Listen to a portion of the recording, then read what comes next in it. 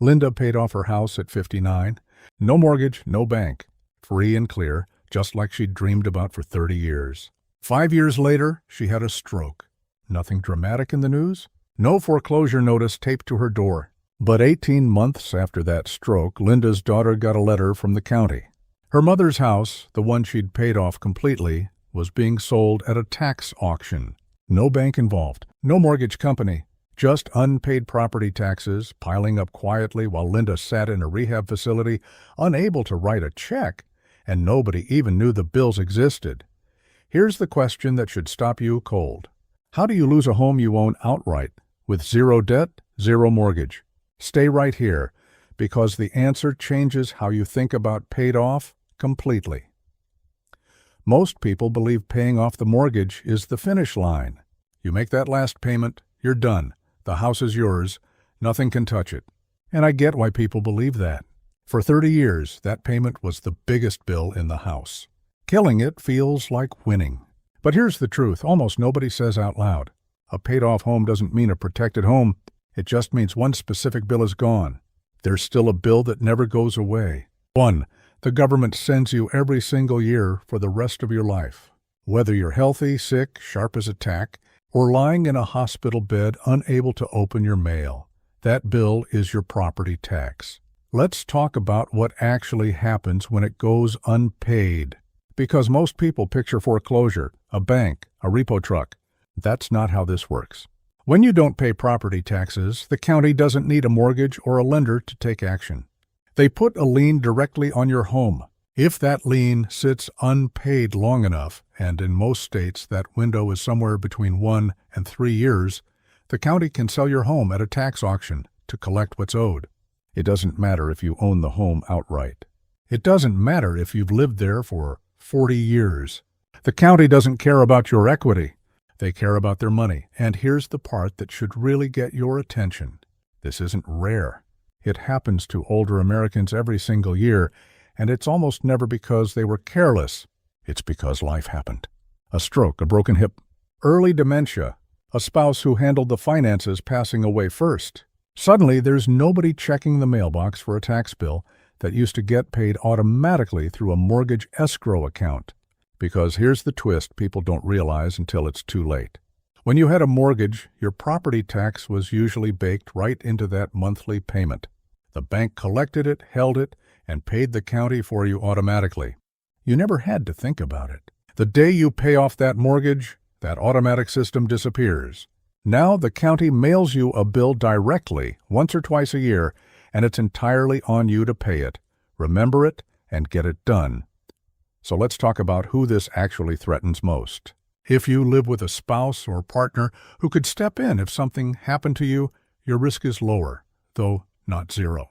If you live alone, if you're the only one managing the finances, if nobody else has access to your accounts or your mail, you are the exact profile this happens to. And here's something almost nobody plans for. What if you're not gone, just incapacitated? A stroke, a bad fall, a hospital stay that turns into a long recovery. You're alive. You're going to get better. But for months, maybe longer, nobody's paying that property tax bill because nobody even knows it exists. I want you to sit with that for a second because this is the gap that swallowed Linda's house. She wasn't irresponsible. She'd paid every bill on time for decades. She just got sick at the wrong moment with nobody positioned to catch what she couldn't handle herself. Stick around because there's a real fix for this and it's not complicated. First, most counties offer some form of property tax exemption or reduction for seniors. Depending on your state, this might be called a senior homestead exemption, a senior freeze, or a tax deferral program.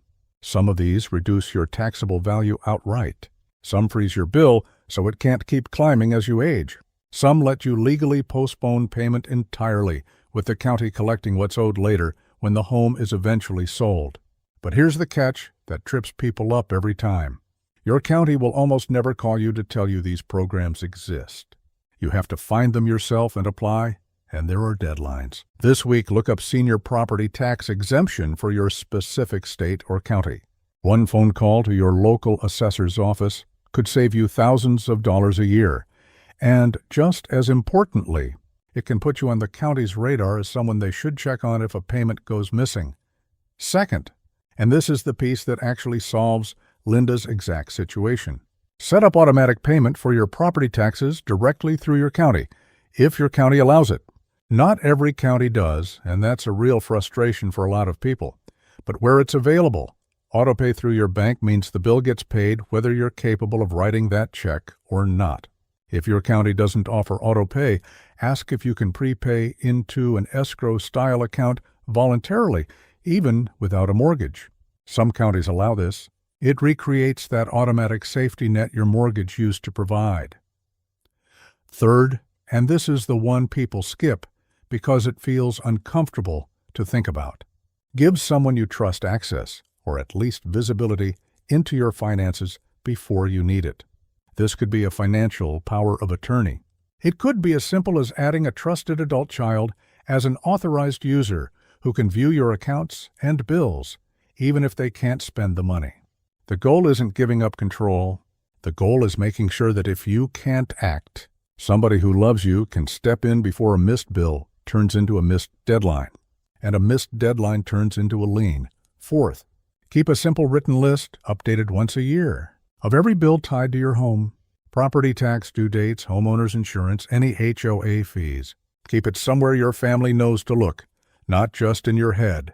This sounds almost too simple to matter, but it's exactly the kind of thing that would have caught Linda's situation in month 2 instead of month 18. Here's the number that actually matters for your planning. On a home valued around $400,000, property taxes alone can run anywhere from $4,000 to $12,000 a year, depending heavily on your state. Add homeowners insurance and basic maintenance, and owning a paid-off home free and clear can still cost $8,000 to $20,000 a year. That's not a mortgage payment.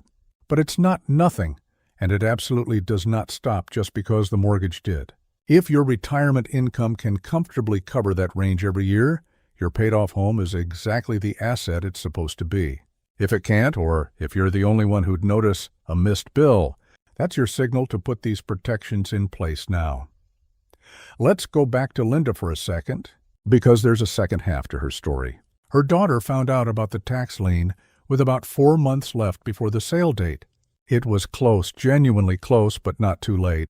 She paid the back taxes, got the house transferred properly, and immediately set up 2 things her mother never had: automatic payment through the county's online portal and herself as an authorized contact on every bill tied to that house.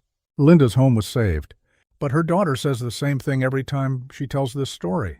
It never should have gotten that close. Being debt-free was never supposed to mean being unprotected. The goal was never just to pay off the house. The goal is making sure it stays yours. If this hit close to home, do me a favor and drop a comment below. Tell me, do you have someone who'd catch a missed bill if you couldn't? Or are you the one everyone else relies on? I read every comment, and honestly, some of the best stories on this channel come from you sharing your own experience. And if you found this helpful, hit that like button and subscribe, because we cover exactly this kind of thing every single week. The stuff that never shows up in the mainstream retirement advice, but ends up mattering the most. Now, protecting your paid-off home is one piece of the puzzle. But if you're still a few years out from retirement, you need to know exactly what to do before you get here. I told the story of James and his wife, a couple who thought they had 5 years of plenty of time, until one Tuesday morning changed everything. If you want to see the 7 moves they had to make to actually get their retirement right, before it was too late, that video's linked right here. Go watch it next.